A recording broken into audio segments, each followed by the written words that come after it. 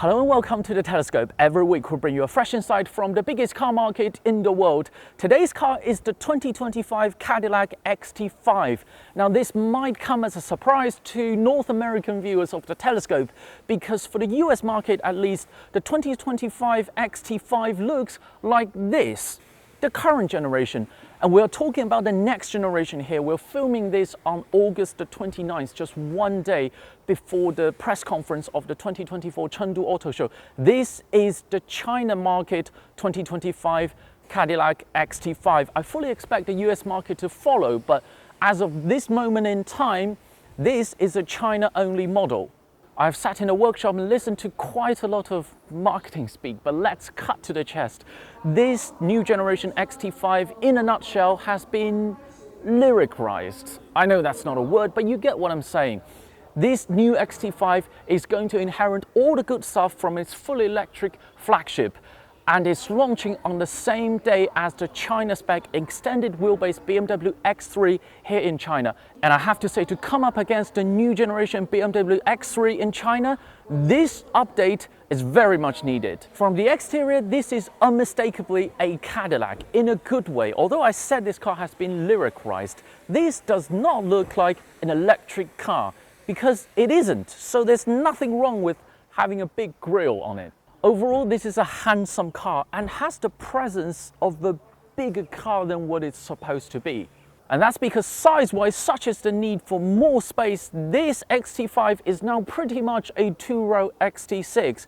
Since this car is mainly targeting China and the US market, where the parking spaces are designed to fit a truck, a little bit of size inflation doesn't matter that much.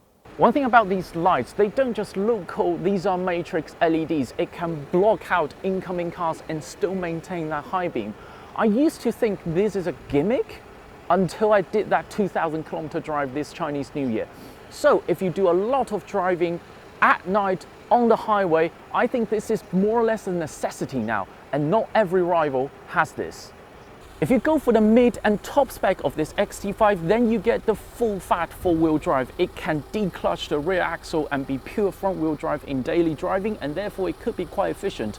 But it could switch to a 50-50 four-wheel drive when you need it. It can send a lot more torque to any of the given wheels compared to the four-wheel drive system you normally see in this class. So if you live in a hilly section of the country or you get a lot of snow, get this four-wheel drive and it does make a difference.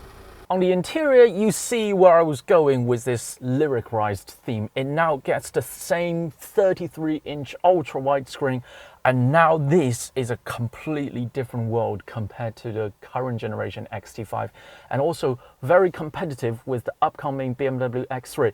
I'm not too sure about the ears or the boomerangs on this new X3.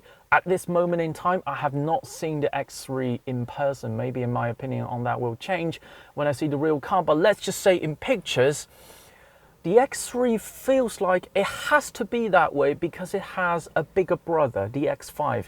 So it doesn't have as much freedom as this, where the XT5 has been given all the best from its brand and to some extent a two-row XT6. You can choose whether to have wood or aluminium for your interior, but the car we have here today has a lot of aluminium looking interior trims, and these are real aluminiums.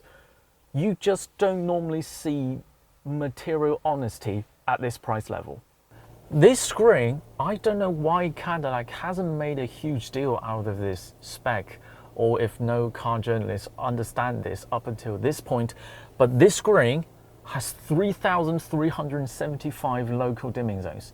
Now, if you know anything about monitors or TVs, you will know that is a staggering amount of local dimming zones. If you're not into the specs, local dimming zones means the backlit of the darker part of the picture could dim itself locally, so that the brighter part of the picture could pop out even more, has more contrast, and is more punchy.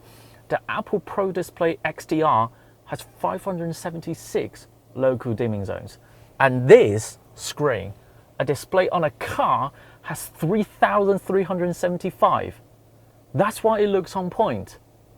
May I also point out this system has the most amount of apps Among any traditional luxury brands, you cannot just have a big screen and don't work on the content. And this system has been receiving consistent over-the-air update on other models. So yeah, this is not just for show. Another hint this car learns from its electric siblings is in the storage compartment. Now this has been completely hollowed out, so this central storage is now quite considerable. And it kept the flat floor here on the rear, which is now common practice in battery electric SUVs, but still quite rare for a petrol-powered four-wheel drive SUV where you more or less need to have a drive shaft through here. This is quite a bit more practical than its rivals simply through better packaging. The boot, or should I say trunk, since we're talking about the US market here, benefits from the size increase and is about 70 litres bigger than before. And that means for a 5'11" guy like me, it's still quite generous. This new generation is much needed. Can this go head to head with the new BMW X3? I think it can. It's a handsome Cadillac, while the BMW X3 is not a traditionally handsome BMW.